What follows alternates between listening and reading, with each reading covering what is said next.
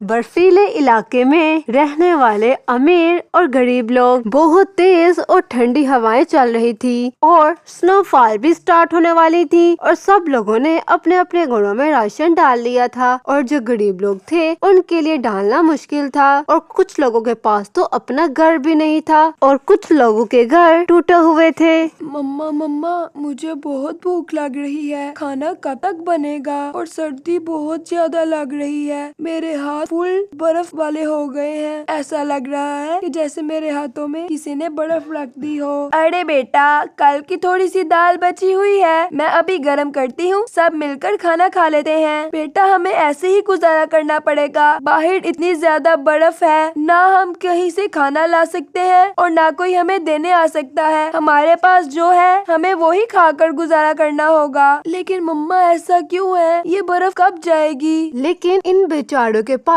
پھر بھی ٹوٹا ہوا گھر موجود تھا، لیکن وہیں پر ہی دوسری طرف جن کے پاس رہنے کے لیے گھر بھی نہ تھا اور وہ برف میں رہتے۔ بابا ہمیں کہیں پہ گھر لے دینا، میں یہاں برف پر نہیں رہ سکتا۔ مما کیا ہمارا کوئی گھر نہیں ہوگا؟ ارے نہیں بیٹا، ایسی کوئی بات نہیں ہے، ہمارا بھی گھر ہوگا، ہم بھی گھر میں رہیں گے۔ لیکن مما کب؟ مجھے تو بہت سردی لگ رہی ہے، مجھے بھی گھر میں رہنا ہے، میرے ہاتھ فل ٹھنڈے اور ایسے لگ رہا ہے کہ میں کسی فریج میں بیٹھا ہوں۔ ارے نہیں بیٹا، ایسا کیوں سوچ رہے ہو؟ ہمارا بھی گھر ہوگا، انشاءاللہ جلدی لے لیں گے ہم۔ بابا اتنی سردیوں میں سارے اپنے اپنے گھر میں کمبل میں بیٹھے ہیں اور ہم یہاں باہر برف کے اوپر، ایسا نہیں ہوتا، مجھے بھی کمبل میں بیٹھنا ہے۔ جی بیٹا ضرور۔ ایسا ہی اپنے بیٹے کو سمجھا کر ان کے پاپا اپنے میں سے کمبل اتار کر اپنے بیٹے کے اوپر دے دیتے ہیں تاکہ اس کی سردی کم ہو سکے، اور جیسے ہی ان کے پاپا احمد کے اوپر کمبل دیتے تو احمد کہتا، نہیں بابا، مجھے سردی نہیں لگ رہی، یہ کمبل آپ لے لیں۔ ارے بیٹا مجھے سردی نہیں لگتی، آپ لے لو۔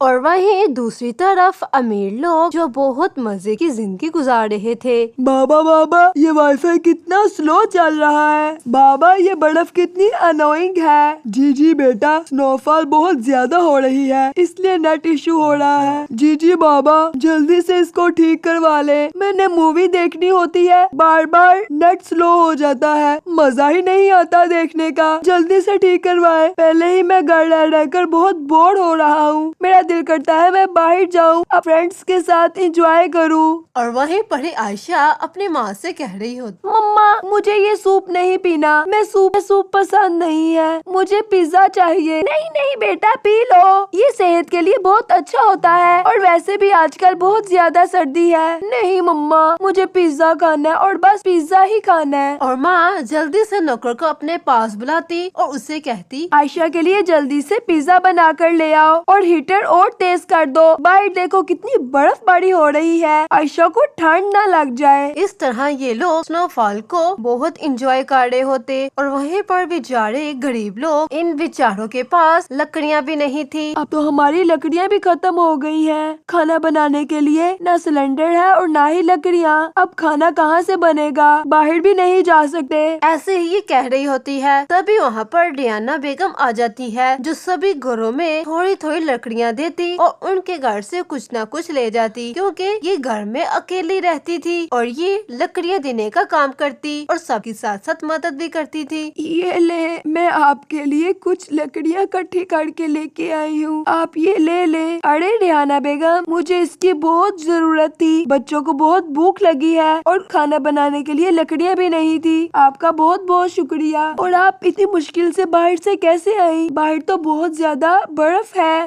جی آپ بالکل ٹھیک کہہ رہی ہیں، باہر گزرنے کے لیے بالکل بھی جگہ نہیں ہے، اور سردی اس کا تو پوچھو ہی مت، سردی سے تو بہت برا حال ہو رہا ہے، میں تمہارے گھر تک بہت مشکل سے پہنچی ہوں، اگر تمہیں اور لکڑیوں کی ضرورت ہو تو مجھے بتا دینا، میں تمہیں لا دوں گی، لیکن اس کے بدلے تم مجھے کچھ بھی دے سکتی ہو جس سے میرے گھر کا گزارا ہو جائے۔ اس طرح یہ سب کی مدد کرتی اور اپنے کھانے پینے کا انتظام کر لیتی، اور وہیں پر ہی وہ لوگ جو برف میں رہتے۔ ایسے ہی برف میں احمد کی مما کھانا بنا رہی ہوتی تو سنو فال سٹارٹ ہو جاتی، تو جلدی سے وہ اوپر امبریلا لگا لیتی تاکہ سنو فال کھانے میں نہ گرے اور کھانا ضائع نہ ہو۔ بہت زیادہ سنو فال ہونے لگ گئی ہے، کھانا